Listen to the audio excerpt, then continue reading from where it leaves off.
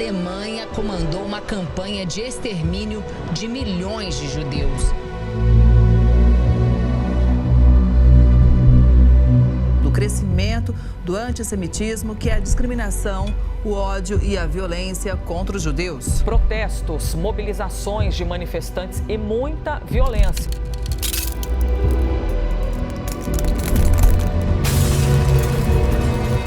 Los odios contra grupos son tan antiguos como la humanidad. Es un odio singular. Los judíos siguen percibidos como un grupo poderoso y peligroso. Se trata del odio más antiguo, más generalizado, más permanente, profundo, obsesivo, peligroso y fantasioso que existe. É uma luta única dentro da luta de libertação nacional. Ela não tenta só criar um Estado, ela tenta destruir outro Estado e matar a sua população toda. And the most awful difference between 1938 and today was that in 1938 there was still a hope of a place to go. Bom, com essa introdução, a gente começa agora o painel sobre antissemitismo, com que roupa o antissemitismo se vestiu pós 7 de outubro. E para falar sobre isso, nós temos a honra de ter conosco aqui o professor Rock, N. Ozzy Cooker.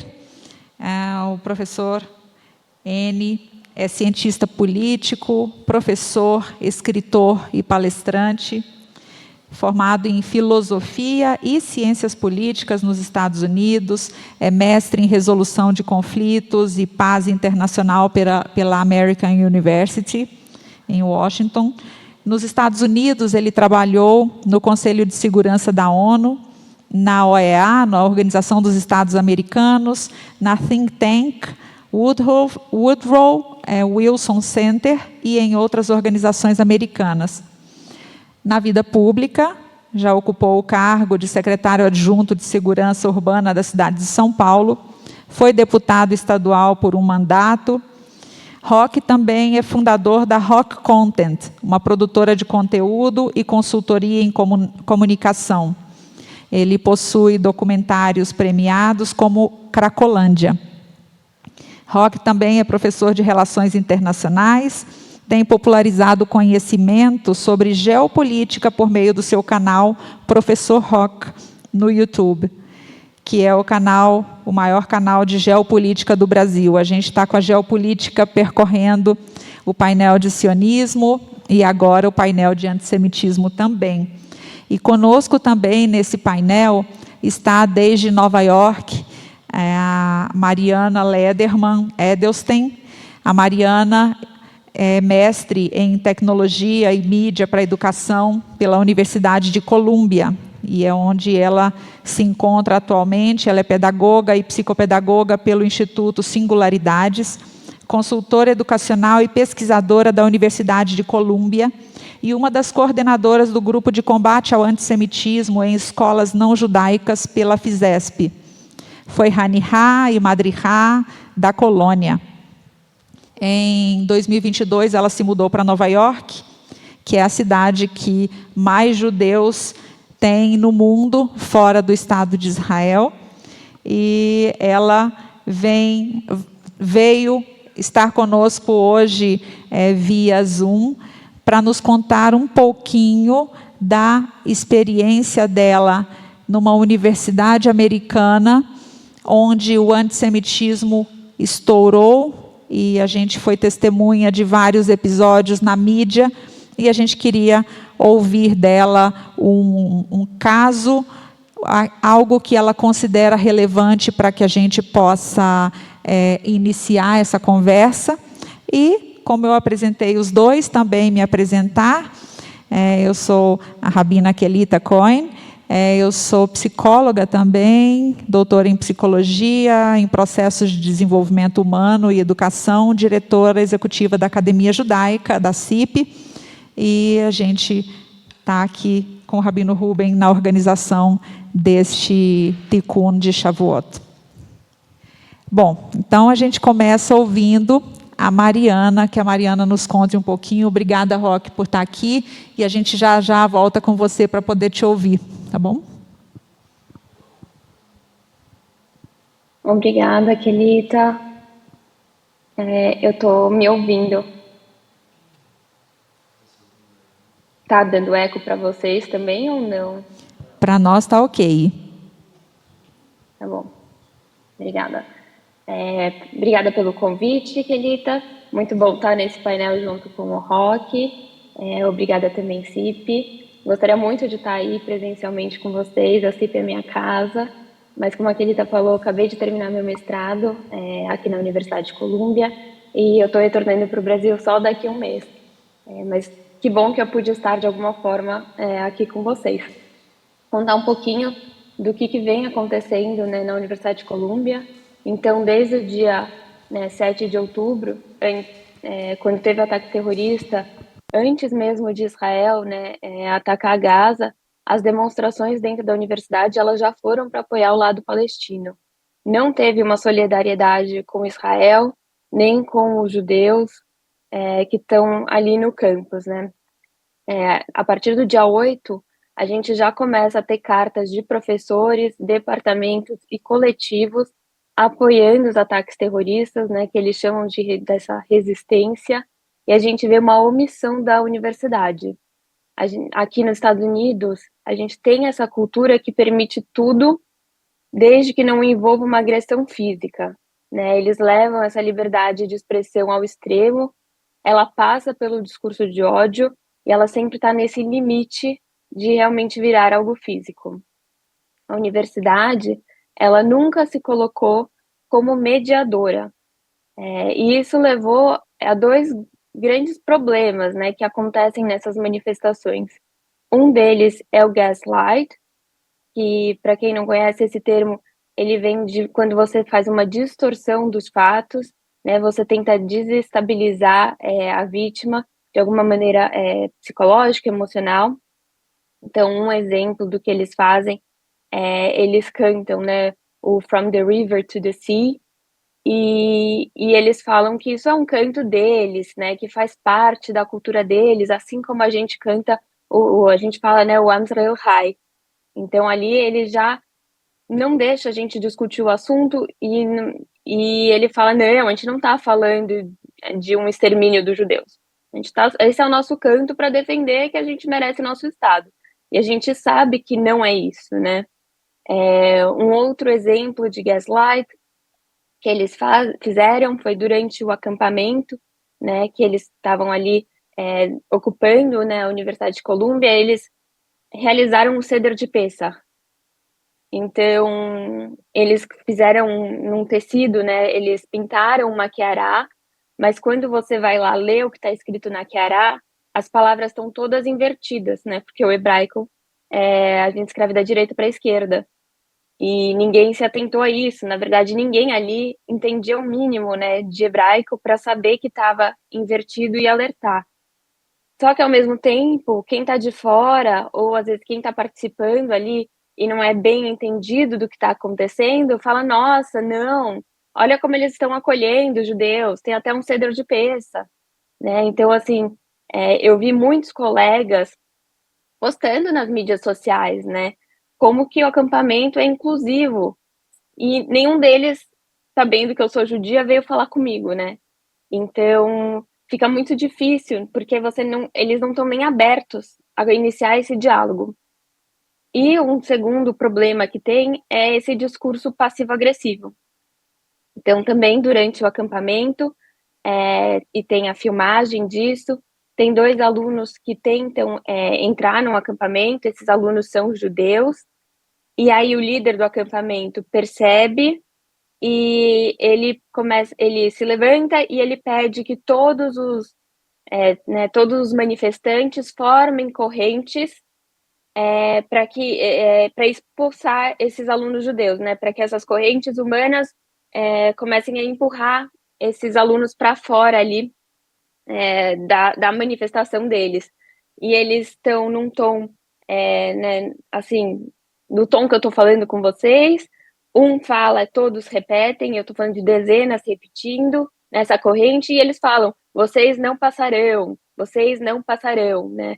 O líder dessa manifestação, depois se achou um vídeo dele, né, numa live no Instagram, onde ele fala que se ele pudesse, ele mataria todos os sionistas que cruzam com ele, que a gente tem sorte que ele nunca fez isso. E aí a atitude da universidade, ela é uma atitude muito omissa sempre, né? Esse aluno, ele tá suspenso, mas que é essa suspensão? E então, voltando um pouco, né, lá em novembro, dezembro, com essas dezenas dessas denúncias, as universidades são chamadas, né, para depor no Congresso. Colômbia alega um conflito de agenda, mas era para a Colômbia estar, e acaba indo MIT, Harvard e Penn. E a gente tem esse congresso desastroso, né, do ponto de vista da resposta, né, das presidentes, que elas falam que tudo depende de um contexto.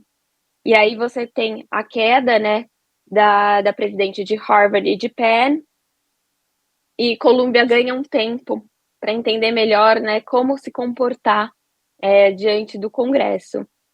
Em abril, Colômbia é chamada novamente, e enquanto a presidente está depondo, começa o primeiro acampamento. É importante saber que essas coisas acontecem concomitantemente, porque eles estavam já preparados, eles estavam esperando um momento oportuno para montar esse acampamento, né? É uma coisa muito bem organizada. As barracas são todas iguais. Estão falando de barracas carésimas, de $400. Então, já estava isso, né? Essa compra já tinha sido feita. Não foi uma questão de eles começou aquela, né? Ela começou a depor e eles falaram, não, vamos aqui, vamos se juntar. Não foi isso. E a universidade, né? Ela manda e-mails que sim, que eles estão negociando as demandas que a manifestação tem. Mas em um momento a universidade fala quais são essas demandas. E essas demandas não estão claras. Esse acampamento acaba gerando uma questão de muita instabilidade no campus. Os alunos judeus começam, né, a se sentir ainda mais inseguros. No acampamento, então, está claro que os sionistas não podem entrar. Esses manifestantes invadem prédios, queimam bandeiras de Israel, arrancam posters dos nossos reféns. Eles têm adesivos por todo canto, né, acusando de ter dinheiro sionista, né, na universidade.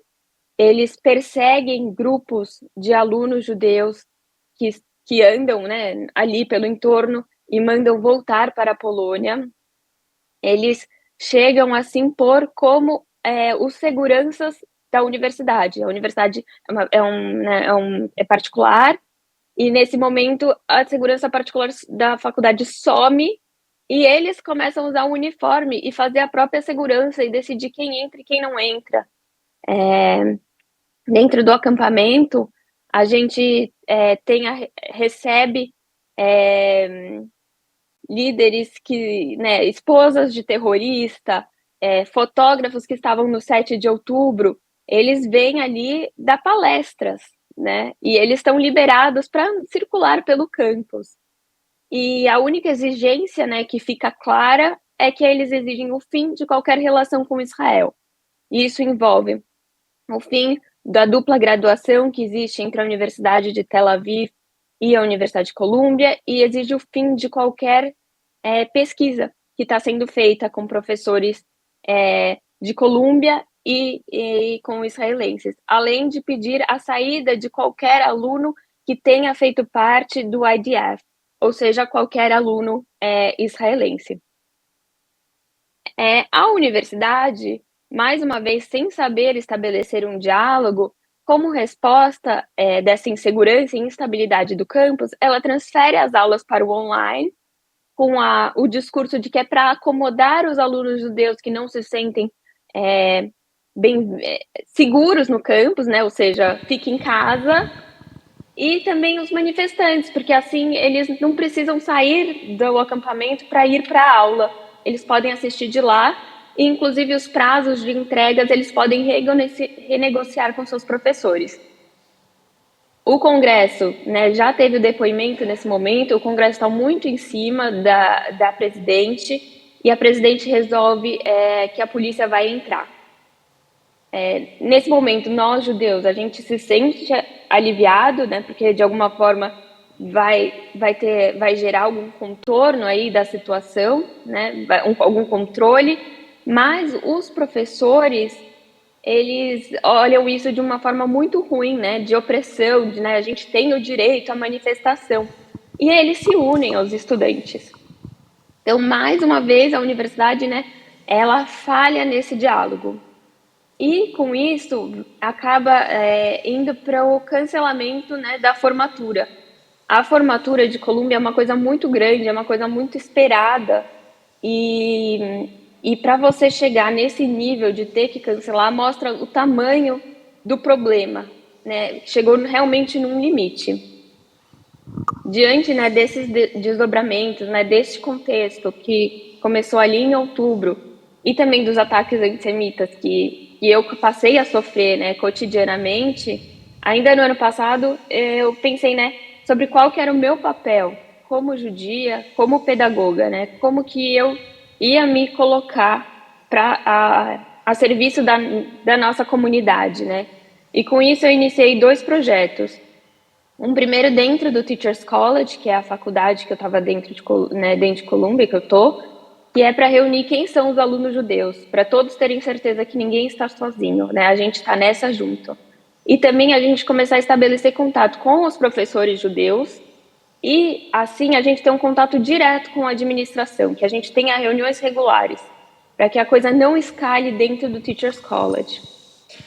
E uma outra grande preocupação minha, pensando no Brasil, né, eu fiz ensino médio, né, eu estudei, antes até ir para o mestrado, eu estudei no Brasil, era com os alunos de, principalmente, ensino médio, das escolas não judaicas.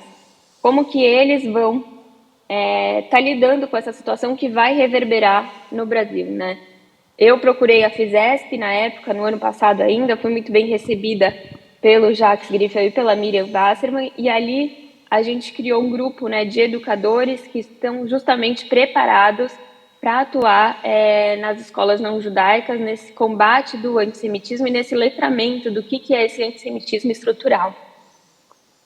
Então, eu falei assim, brevemente tentei contar um pouco o que foram esses últimos 8, 9 meses, e para quem quiser acompanhar melhor, né, o que está acontecendo em Columbia, a gente tem um dossiê onde tudo é registrado, o que acontece, é um link que está disponível online e que eu posso depois disponibilizar para vocês.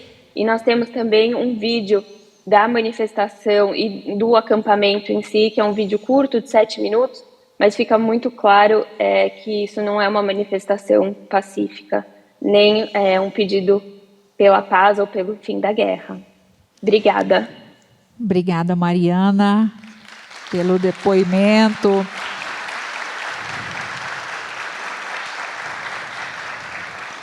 Por compartilhar conosco a sua percepção de quem está do lado de dentro da instituição, essa insegurança que você relatou. A gente, nas notícias, a gente vê o fenômeno, mas a gente não sabe qual é a percepção de quem está vivendo a situação.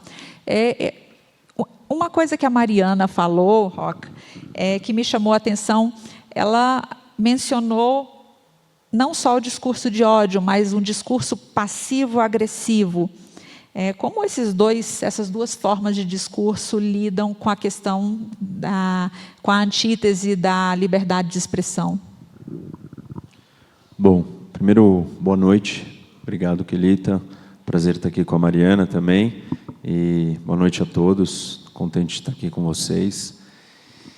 Então, essa discussão, ela, né, é uma discussão antiga, complexa e interessante sobre liberdade de expressão e discurso de ódio, ou até onde a gente deve tolir. Parte dos argumentos que as faculdades têm usado não, nós estamos respeitando a liberdade de expressão, e a gente tem que lembrar que os Estados Unidos têm uma cultura em relação à liberdade de expressão muito sólida e muito aberta, muito ampla.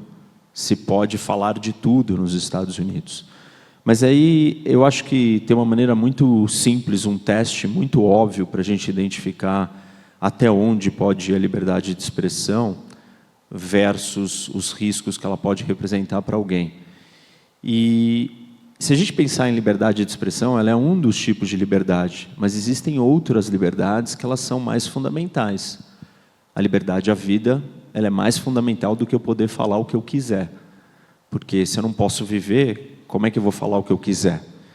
E aí, vocês imaginam o seguinte, se eu falo o que eu quero ameaçando a vida de alguém, eu estou ferindo a liberdade de viver do outro.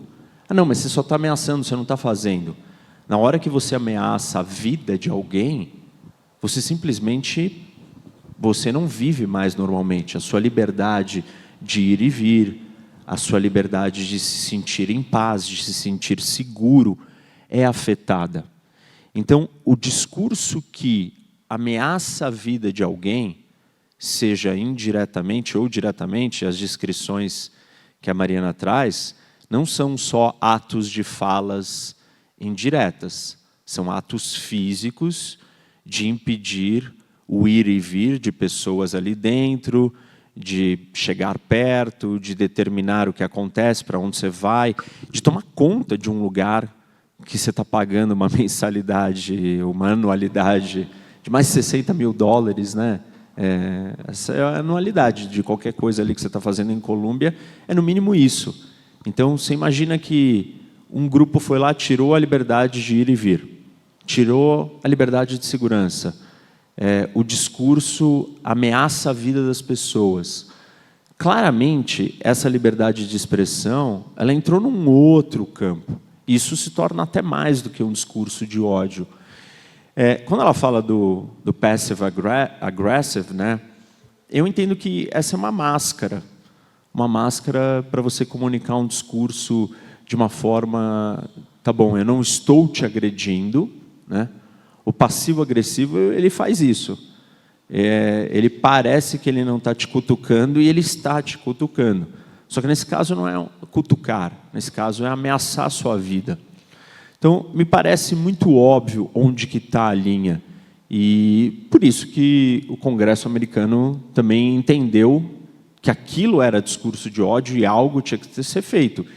E as presidentes, né, das faculdades, das grandes faculdades todas, perderam a sua posição, porque nós estamos tratando de uma coisa diferente. Eu achei surpreendente algumas das falas, né, dos relatos da Mariana, que não é um protesto, é simplesmente você tomar conta da faculdade. E você fala assim, você não usa a biblioteca, você não vai para lá. É muito além disso. E a passividade da faculdade se torna uma conivência, né? A faculdade está sendo conivente com isso. E assim, claro, nós vamos falar disso mais para frente, mas eu acho que uma pergunta interessante e uma reflexão importante é por que isso começa nas faculdades? Por que isso está acontecendo dentro das faculdades? E muito do que a gente vai conversar aqui hoje sobre entendimento do antissemitismo passa por entender por que está acontecendo na faculdade. Isso no tempo da Shoah, prévio a toda aquela o ir ao ato, teve todo um envolvimento da intelectualidade, né? Como que fica essa questão justamente da intelectualidade estar envolvida no antissemitismo, em uma segregação de um grupo e de trazer argumentos pseudocientíficos para sustentar uma ideia que é tão arcaica, que é tão antiga. Eu acho que a gente tem que ter uma clareza muito certa sobre uma coisa. Quando a gente fala de antissemitismo, uma das primeiras coisas, né, assim, um dos jeitos de identificar e definir, é falar, não, aquilo é uma loucura, é uma pessoa doente. E quantos de nós, até talvez já tenhamos usado isso para definir um antissemita?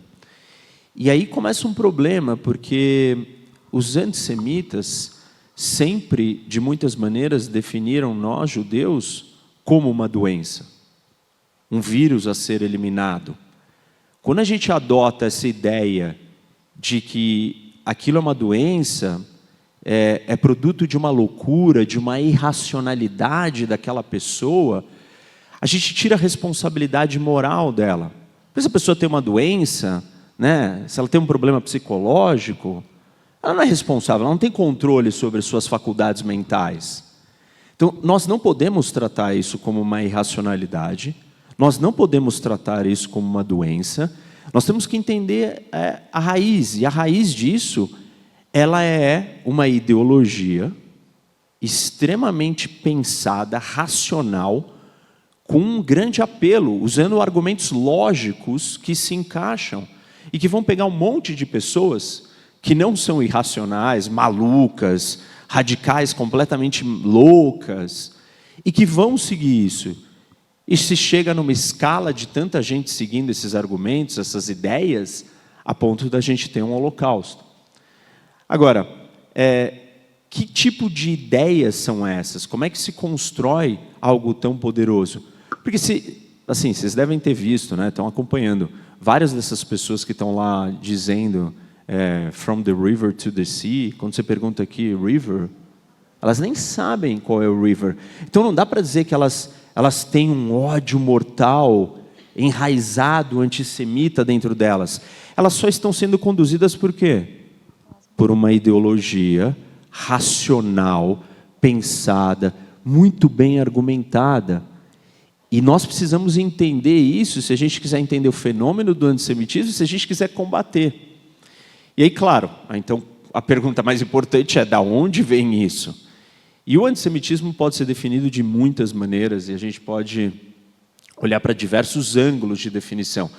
Desde essa coisa, uma forma de preconceito absurda, uma espécie de racismo, até uma ideologia política. E eu dividiria, né, as manifestações do antissemitismo em 3 períodos, ou 3 formas que elas aconteceram no mundo. E a primeira delas, o antissemitismo era um antijudaísmo. E aí, claro, muito ligado à religião, primeiro a ideia do monoteísmo, depois o cristianismo colocando o peso sobre os judeus, sobre a existência dos judeus, sobre os assassinos de Cristo e assim por diante. Então, essa primeira fase do antissemitismo está ligada com o antijudaísmo. A segunda fase, muito tempo depois, ela já é o surgimento dessa ideologia moderna do antissemitismo ainda, que é o que acontece na Europa. Século XVIII, XIX, XX, que o ápice dessa ideologia é o Holocausto. E aí ela é antissemitismo como antissemitismo. Este povo, essa religião, esse conjunto aqui são o câncer, o problema, o que tem que ser exterminado. E aí a terceira fase, que é a que nós estamos hoje, o antissemitismo ele se manifestou como uma forma de antisionismo. Então, antes, né, os judeus não tinham para onde ir e por isso foram perseguidos. Estão na minha terra. Agora, os judeus são perseguidos porque eles querem ter o seu Estado nacional. Então, o antisionismo é a última manifestação do antissemitismo dos tempos atuais. Então, a gente tem aí, né, por essa sua cronologia, a gente teria, então, um motivo religioso inicialmente, depois civilizatório e que culmina com um nacionalismo. Ele é uma evolução de uma ideologia política, o que você chamou de civilizatório, que é a segunda vertente, né, que é quase a destruição do nosso povo. Ele vai se transformar, porque se torna descabido, intolerante você simplesmente ser anti-judeu, hoje em dia. Então, toda essa ideia ela foi resumida e canalizada no antisionismo. Não, eu não tenho problema com judeus. A frase é essa. Não, eu tenho problema com o sionista. Seu sionista, né? Quem já ouviu aqui alguém apontando, seu sionista? Eu escuto isso toda hora na internet, brigando, seu sionista. Como se fosse um palavrão isso, fosse uma ofensa, pejorativo, negativo. Porque isso está totalmente associado. E essas novas gerações, e quem não tem o contexto histórico inteiro, não sabe a origem, só entende, não. Aquele projeto, né, o projeto de Israel, ele é um projeto de um opressor.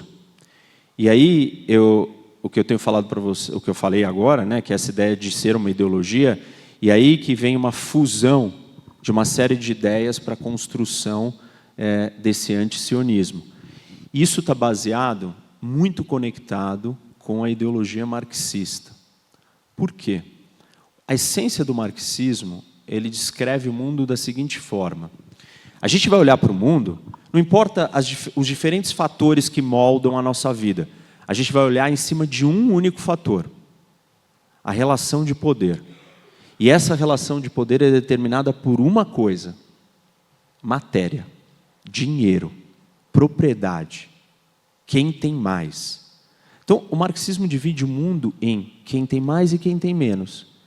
Quem tem mais é opressor, quem tem menos é oprimido.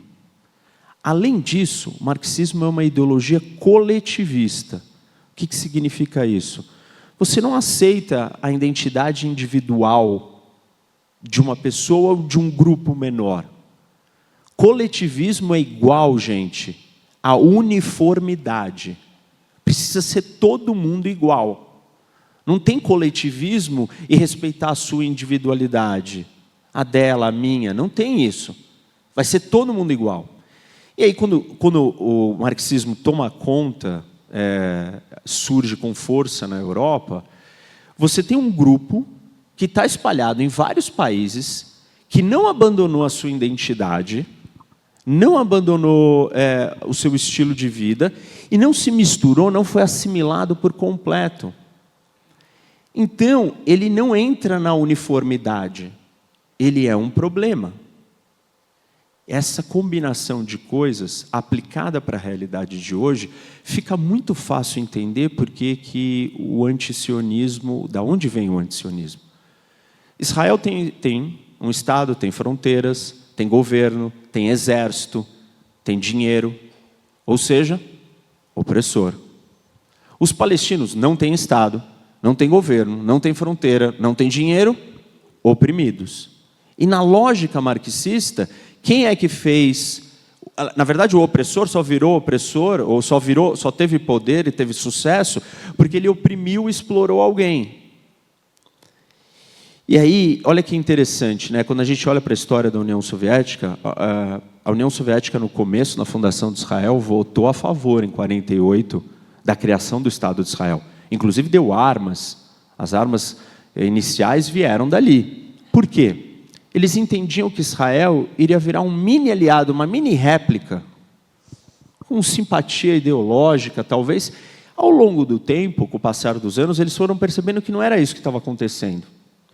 E aí, por volta de 64, dali em diante, os soviéticos começam a fundamentar essa narrativa que hoje está de pé dos movimentos antisionistas, antissemitas e anti-judeus.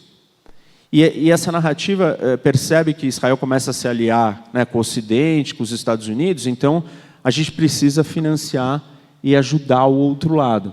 Então, por trás da ideia antisionista, você tem uma ideologia política. E aí que a gente vai entender por que tudo isso está acontecendo dentro do campus. Onde é o lugar onde se mais debate ideologia política? Nas faculdades. Mas você falou de uma ideologia, o marxismo recente, né? o antissemitismo histórico muito anterior ao marxismo. Me lembrou uma frase que eu tinha anotado aqui, o que você falou da polarização oprimido-opressor. Gal Beckerman escreveu no The Atlantic, muitos daqueles à esquerda, abro aspas, o que ele escreveu, muitos daqueles à esquerda que eu achava que compartilhavam comigo os mesmos valores de justiça social, podiam ver o que havia acontecido no 7 de outubro apenas através de categorias estabelecidas de colonizadores e colonizados, israelenses maus e palestinos justos. E ele chamou isso tudo de modelos feitos de concreto. E aí eu te pergunto, se o marxismo e essa ideologia polarizada dessa maneira, feita de concreto, já era a expressão do antissemitismo prévio ao marxismo, ou se há algum espaço de porosidade para que haja algo novo e que agora, no 7 de outubro, se expressa e traga uma novidade nesse contorno do antissemitismo? O antissemitismo continua sendo manifestado nos dias de hoje como antisionismo. Você não vê pessoas abertamente sendo anti-judeus, anti-judaísmo.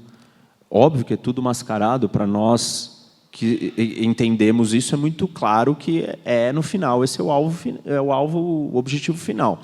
Mas a narrativa, a história, o discurso é todo antisionista. E assim, a polarização, ela potencializou isso. Por quê? Porque você tem uma guerra entre direita e esquerda. Então, nunca na história a gente viu um conflito em Israel, um conflito no Oriente Médio, virar um conflito de toda a política doméstica de qualquer país. Olha o que aconteceu no Brasil. Ao mesmo tempo que centenas, milhares saíram nas ruas para bater tambor, agora é a hora do Hamas, aqui no mundo inteiro, centenas e milhares também abraçaram o lado de Israel, da direita, né? Porque virou uma disputa entre direita e esquerda. Então, eu acho que a polarização ela só potencializou o problema do discurso marxista que antagonizava. Tem algumas outras coisas nessa fala que aí as pessoas podem ficar, né, curiosas. Mas a esquerda não defende tantas outras causas ligadas com justiça social, com igualdade. Tudo isso é secundário numa briga maior. Qual é a briga maior? Nós contra o grande opressor. O grande opressor é o capitalismo, é os Estados Unidos. Qual é o aliado número 1 dos Estados Unidos no Oriente Médio? É Israel. Israel é um mini produto daquilo tudo que essa ideologia marxista retrógrada está defendendo. E o pior é que existe uma aliança hoje entre os vermelhos, os marxistas, e os verdes, os islamistas. E essa é uma novidade. E o objetivo dessa aliança é um só. Eu já ia pensar que você ia falar dos vermelhos e os azuis lá do boi, do norte do Brasil. Não. Os vermelhos e os verdes, e essa aliança tem um objetivo: destruir a civilização ocidental. Ponto. É isso que eles querem. Mas e depois eles não vão brigar entre eles? Com certeza. Olha o pacto entre nazistas e União Soviética. Depois eles foram se matar. Quem vai ganhar? Difícil de dizer, né? Se eles conseguirem derrubar o Ocidente, qual dos dois ganharia? Eu tenderia a dizer que os islamistas têm um ponto de devoção e fanatismo mais determinado do que os vermelhos, né? Do que os marxistas. Mas o fato é que eles estão reunidos para ir contra o Ocidente. E assim, tem curiosidades que a gente pode olhar nessas manifestações que demonstram isso. Você tem um monte de bandeiras pró-Palestina, bandeira do Hamas, bandeira da Palestina. Nunca você tem bandeiras dos países. Então, o protesto é nos Estados Unidos. Esses grupos acampando ali, eles não estão com a bandeira americana ali. Eles não cantariam um hino americano e estariam defendendo aquilo. Porque, no fundo, o ódio deles não é só contra Israel e contra os judeus. O antisionismo é a causa principal que mobilizou eles agora. O que eles querem é destruir Israel, os Estados Unidos e cada um dos outros lugares, seus próprios países, seus próprios governos. Eles não concordam com a existência, porque a ideologia fala mais alto para eles. Então, a ideologia comunista, ela é mais importante do que o Estado de Direito. A ideologia da Sharia, do Islã, é mais importante do que qualquer outra estrutura social e governamental. No final das contas, o antissemitismo ganhou, né? O antisionismo está ganhando essa força, porque virou a linha de frente da batalha, dessa grande batalha maior. Não tem explicação a gente olhar tanta gente, de tantos lugares, e todos agora são apaixonados pelo Hamas? Todos agora são defensores mortais da causa palestina? E aí, óbvio, né, aquilo que a gente está cansado de repetir. Onde eles estavam quando as centenas de milhares estavam morrendo na Síria, no Iêmen, no Sudão, em todos os outros lugares?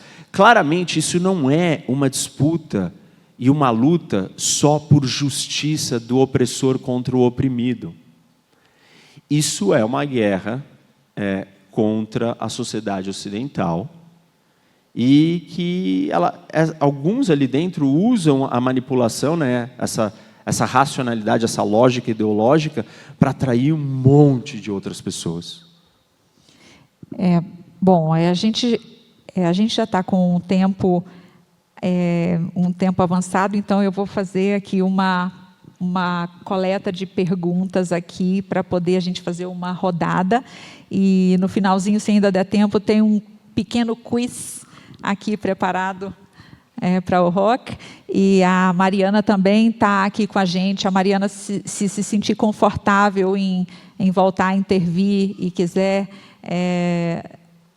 o fato da Mariana não estar participando de forma ativa no painel também já é um sintoma, e tem a ver com o fato de se expor. Uma pessoa que se expõe, ela pode vir a ser cancelada. E isso é um problema. Isso, por si só, eu acho que o silêncio dela no restante do painel também grita. Então, temos microfone aí, Ieda?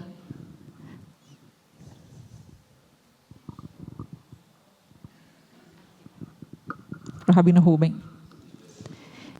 O Rabino Rubem estava primeiro, o André estava em segundo, em terceiro, quarto, o Bruninho. Vamos fazer as perguntas compactas e a gente ajunta todas.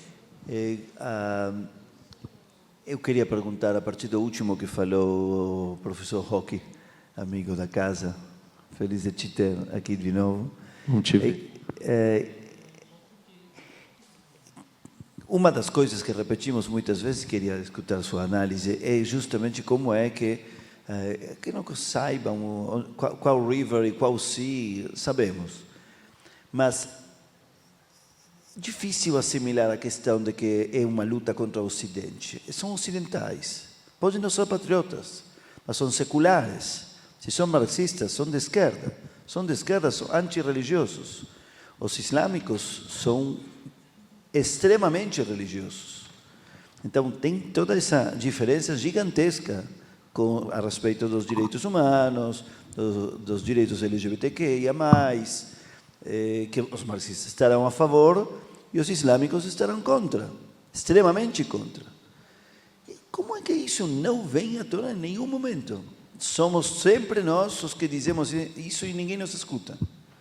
Como é que isso não fica claro aí, que estão falando de que tem outros valores? Por isso que eu acho que o argumento de que essa guerra ela é contra o Ocidente é muito forte. Exatamente por isso. Porque todas as outras divisões, os absurdos que supostamente os marxistas defendem e que os islamistas não respeitam, não entram na equação. Primeiro, assim, acho que tem um outro elemento, é que essa ideologia ela é revolucionária.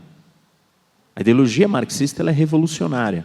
Então você fala assim, não, mas eles são ocidentais. Mas o Ocidente não serve de nada se não for um Ocidente adotando o modelo deles, ideológico. E eu estou disposto a fazer uma revolução por isso. Mas aí vai matar os seus próprios ocidentais? Bom, mas aí a gente tem a história para mostrar o que aconteceu na União Soviética, na China, com a revolução.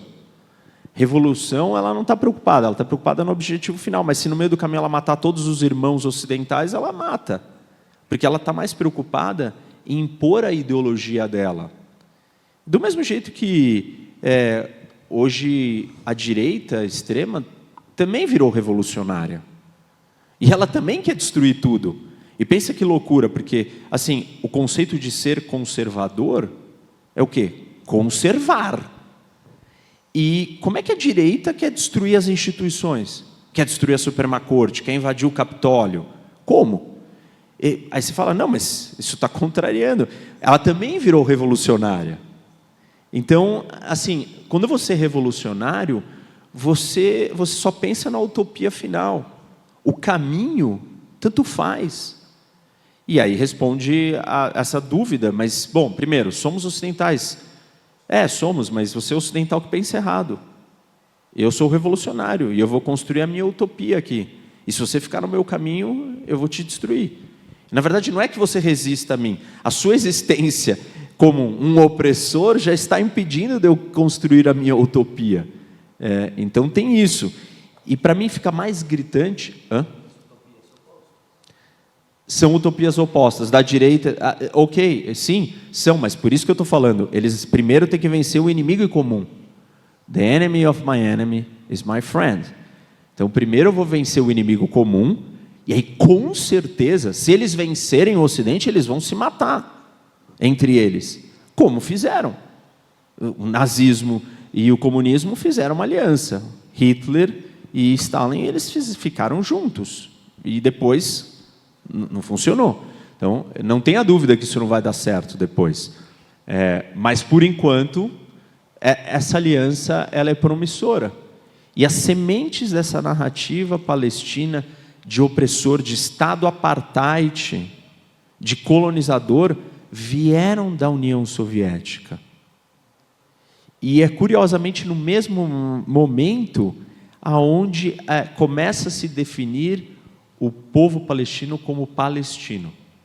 Se cria a distinção maior. Até então eles eram árabes ali, né? Um grupo de árabes diferentes. Mas eles não tinham a autodenominação. E isso vem junto. E vem junto com a ajuda da União Soviética a todos os países árabes naquele momento, na Guerra Fria. Bom, eu vou pedir para a Ieda levar o microfone ali. O André... Olá. Bom, acho bem interessante essa ótica do Clash of Civilizations, né, o choque de civilizações. Eu acho que ela é válida para a nossa análise hoje, mas eu fico me perguntando, na posição do Brasil hoje, parte do Ocidente democrático, em que medida a gente vai sair desse lugar, né? Eu acompanho seus vídeos e acho interessante também aquela teoria dos países autoritários e que o eixo autoritário. Eixo das ditaduras. O eixo das ditaduras. E pensando hoje em termos de Brasil, como é que você analisa a nossa posição? A gente tem alguma saída? Como é que vai se desenhar isso no futuro, talvez? Eu vou pedir para segurar um pouquinho a resposta para a gente colher as 3 perguntas aí que faltam. e aí faz uma rodada de respostas. Osni, bom, primeiro eu concordo plenamente que o conflito atual em Israel é a ponta de um iceberg, da maneira como você está falando. E já que não está existindo diálogo e as grandes potências me lembram aquela foto antes da invasão da Polônia, onde tinham os 3 líderes que discutiam se iam ou não se mexer, e não se mexiam, né, até realmente invadirem a Polônia em 1939, né? 38. Eu te pergunto, terrível, a opção nuclear por parte de Israel seria um plano? Obrigada, André. Tem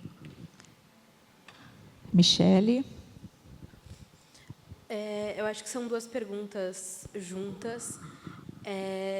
Primeiro, pensando nisso que a Mari relatou, de tudo que está acontecendo lá, por que isso não chega no Brasil com a intensidade que chega fora? E eu digo isso de quem estuda na USP, e eu vi isso acontecer dentro da FEFELESH, com data para acabar. Eu tenho amigos que estudam lá, na Letras, não estavam lá ainda bem, mas, né, e me contaram que desde o começo que isso foi planejado, começaria na quarta e terminaria na sexta-feira. Então, assim, diferente dos Estados Unidos, que eles ocuparam esse espaço para estar nesse espaço, aqui foi tipo, a gente vai fazer um acampamento e já acaba. Então, por que isso não chega com essa intensidade? Mas, da mesma forma, por que isso chega tão escondido por baixo dos panos? Eu digo isso porque, por exemplo, semana passada aconteceu a eleição do DCE dentro da USP e uma das chapas chama Intifada. Das chapas, uma chapa não tinha como proposta principal que a USP cortasse as relações com as universidades israelenses. Então, assim, os alunos judeus da USP olham para isso e a gente não sabe em que medida isso realmente pode chegar a acontecer, porque é isso. Alunos que não têm nada a ver com nada desse conflito trazem propostas de fazer a maior universidade da América Latina cortar relações com as universidades de um país inteiro. Então, assim, ao mesmo tempo, por que isso não chega com essa intensidade, mas por que chega tão escondido em tantas outras coisas? Eu não entendi, como assim não chega com intensidade? Com essa intensidade duradoura que chega nos Estados Unidos de vamos ocupar esse espaço, e eles não saem até alguém fisicamente tirar. Aqui em São Paulo, quando aconteceu na USP o acampamento, foi assim, vamos ter uma noite de filmes, 2 debates de manhã, 2 debates de tarde, a gente vai passar nas salas para falar para o pessoal que tem que ser pró-Palestina, e daí sexta-feira a gente acaba, porque sexta-feira o povo quer ir para casa, festa, não sei o quê. Então, assim, nesse sentido de intensidade. O Bruninho ali também.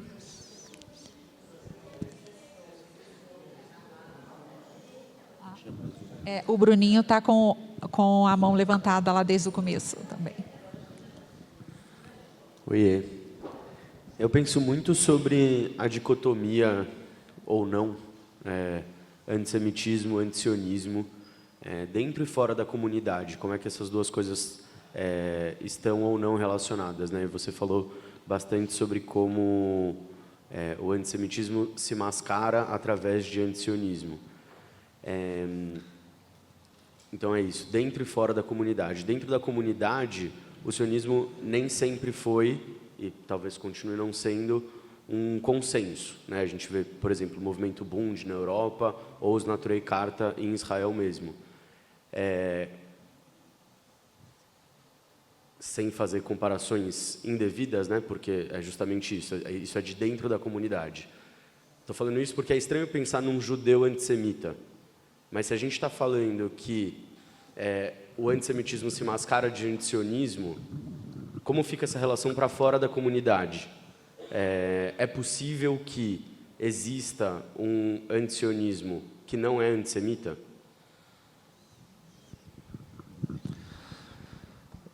A primeira é do Brasil.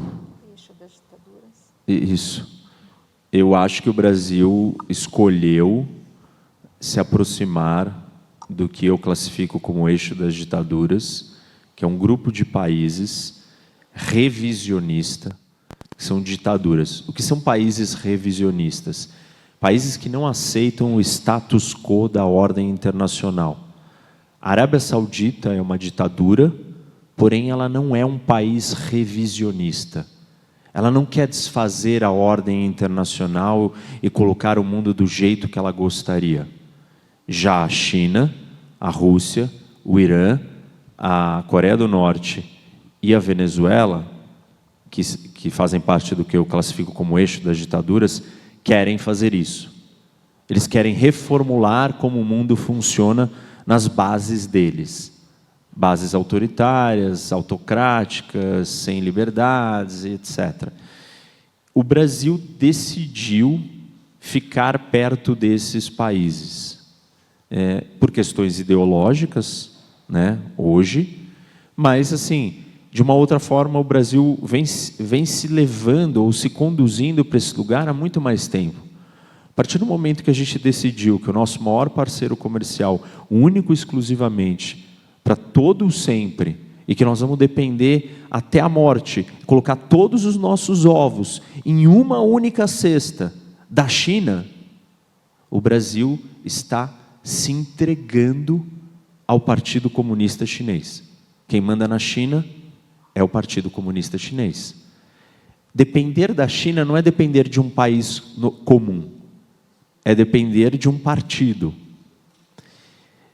Se você vai depender da China nesse nível, e a China é a líder do eixo das ditaduras, invariavelmente você está entrando na órbita chinesa, e você não vai conseguir sair dela.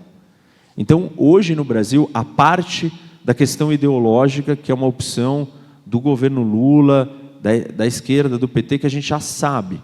Quero estar próximo do Ahmadinejad, quero estar próximo do Erdogan, quero estar próximo de todas aquelas aberrações do Maduro. Essa é uma visão política da ideologia do PT. Além disso, todos os outros governantes brasileiros que tentam ser duros acabam com o rabinho entre as pernas e voltam abraçando a China. Bolsonaro, para usar um exemplo antagônico para a gente medir esse problema, foi lá no começo e falou que ia ser duro com a China. A Huawei não vai participar dos leilões do 5G no Brasil. Durou quanto tempo essa história? Nada. No final ele estava lá dando uma camisa do Flamengo para o Xi Jinping. Por quê? Porque o Brasil se colocou numa situação de extrema dependência da China. E assim, eu falo isso pelo interesse nacional brasileiro. Não é a China, é os Estados Unidos, é Israel. Nenhum país pode depender única e exclusivamente de um outro país. Qualquer investimento, você vai botar todo o seu dinheiro num único lugar? Não. Gestão de risco é isso, né? É você diversificar. O Brasil não diversificou, então ele está preso e amarrado. Qualquer líder que chegar no poder e quiser ser duro com a China, não vai conseguir, porque nós temos uma dependência econômica. Além disso, para piorar a situação, o Brasil decidiu ideologicamente que, num possível confronto entre esses dois blocos, eixo das ditaduras de um lado, democracias ocidentais do outro, talvez numa grande guerra, quem vai prevalecer e vencer será ao lado das ditaduras. Então o Brasil está escolhendo, isso é uma aposta, está do lado do eixo das ditaduras. A minha opinião pessoal, a minha análise pessoal, é que isso é um grande erro, porque eu acredito que no final quem vai ganhar essa batalha é o mundo livre. Se o mundo livre não tivesse matado internamente, brigado internamente, ruído de dentro, que é hoje para onde nós estamos caminhando, infelizmente. Mas se a gente conseguir corrigir essa divisão interna, o mundo livre vai vencer o mundo autoritário. E o Brasil vai estar do lado errado. Tem 1 milhão de consequências para isso. Mas me parece que essa é a escolha para onde o Brasil quer estar e do lado de quem o Brasil quer estar, cada dia mais. Israel usar a bomba atômica. Você só usa uma bomba atômica se você tiver um inimigo atômico, claro. E o inimigo de Israel hoje, ele não é claro. Por mais que o Irã seja talvez a maior fonte organizadora de tudo isso, eu entendo que Israel perdeu uma grande oportunidade, por exemplo, de destruir o programa nuclear iraniano nesses últimos episódios recentes. E se não aconteceu agora, me parece que Israel ou não tem a capacidade, ou não tem a disposição, ou não tem o apoio que precisa, ou não entendeu a janela de oportunidade. Um Irã atômico seria muito grave. A parte do Irã, essa descrição aqui, essa nossa conversa de hoje sobre antissemitismo, não é um país específico, é uma ideologia, uma ideia de grupos imensos, de civilizações inteiras. Eu mencionei aqui os vermelhos e os verdes unidos contra a ponta do iceberg, né? Israel, mas mirando em outras coisas maiores.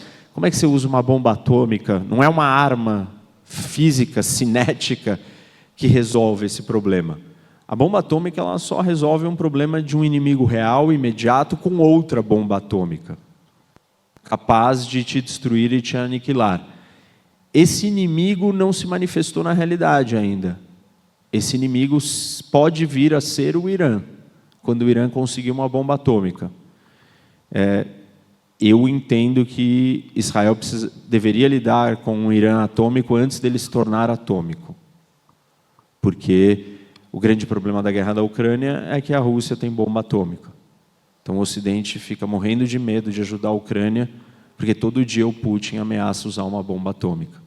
Imagina agora na guerra com Hamas, todo dia o Irã poderia virar e ameaçar de jogar uma bomba atômica se não parasse o ataque em Rafa ou em Gaza, ou se tentasse libertar algum refém.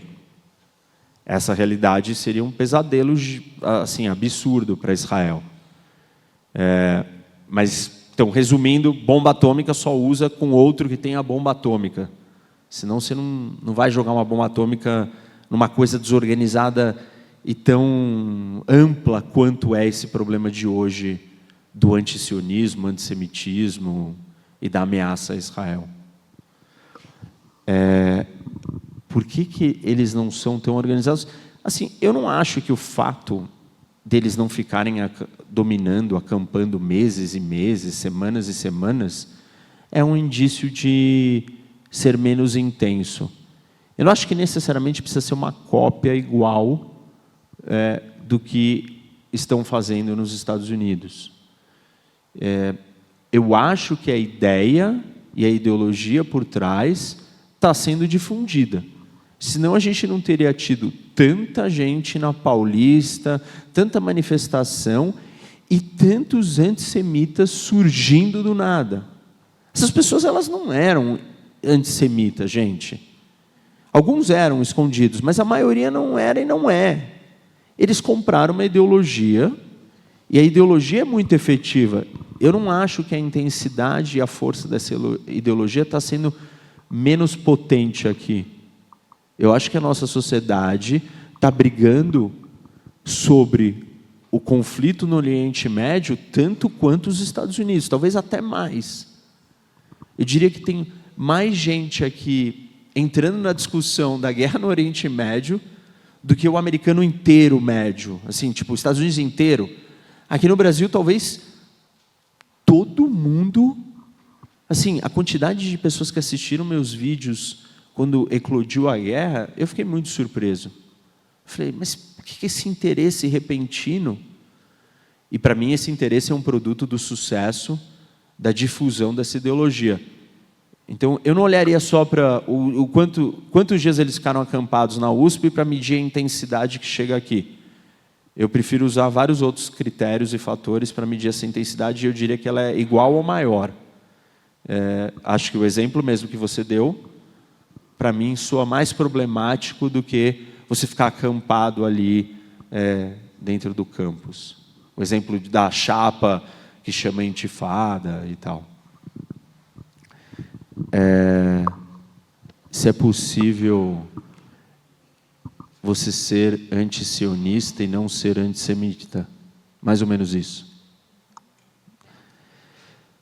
Eu vou voltar um pouco, você fez um comentário inicial, e é importante que quando o sionismo surge, os primeiros que opõem ao sionismo, internamente, dentro do nosso grupo de judeus, são a esquerda, os judeus de esquerda de certos lugares do mundo, rabinos ortodoxos e ultra-ortodoxos da Rússia e do leste europeu,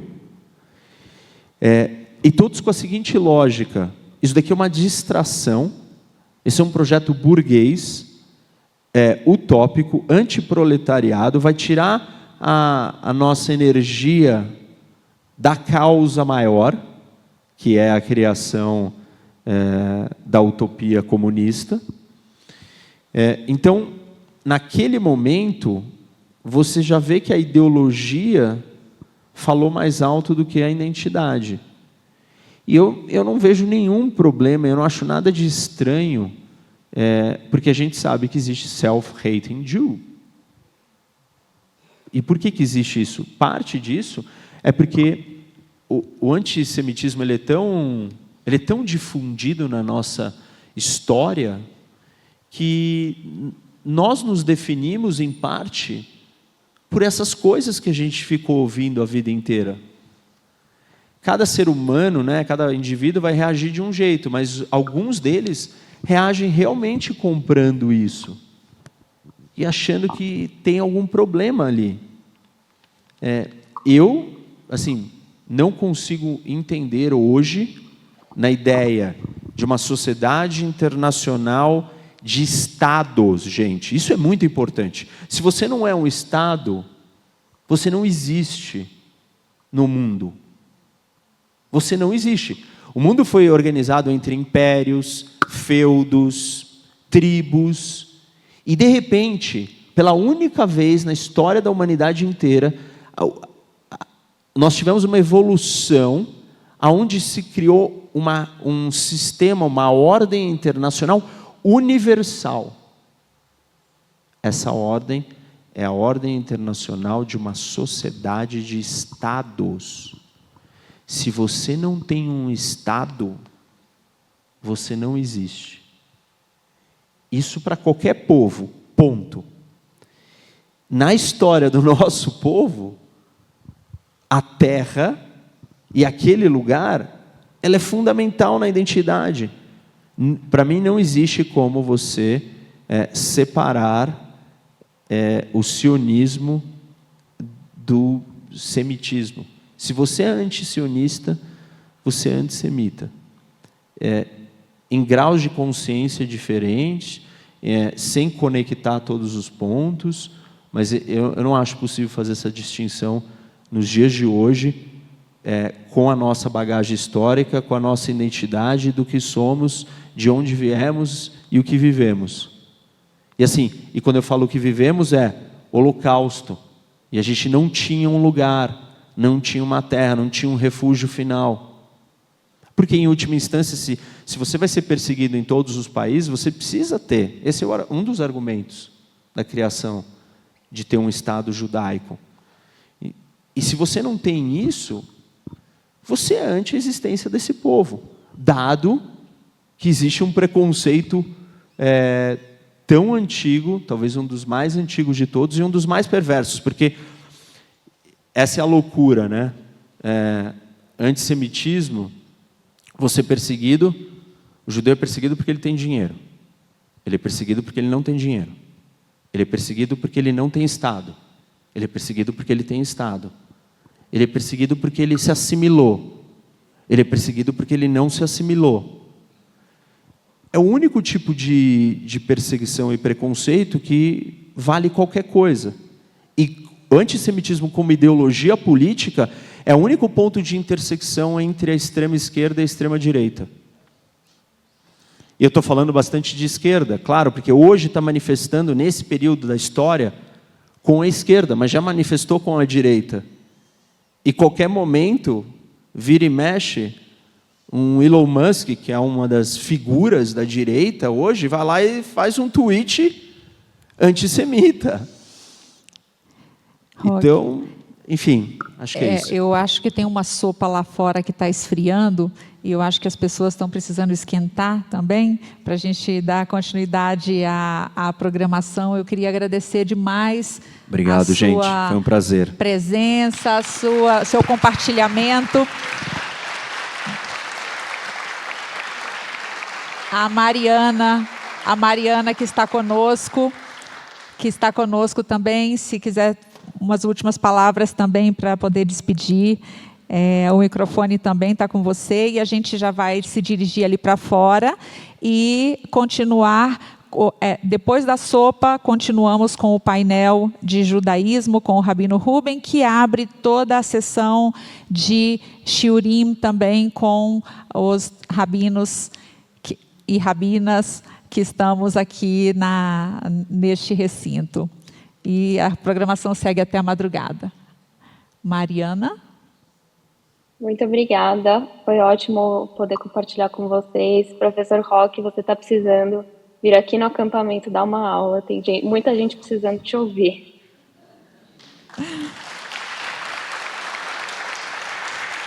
Obrigada, Mariana. Deixa eu pegar aqui.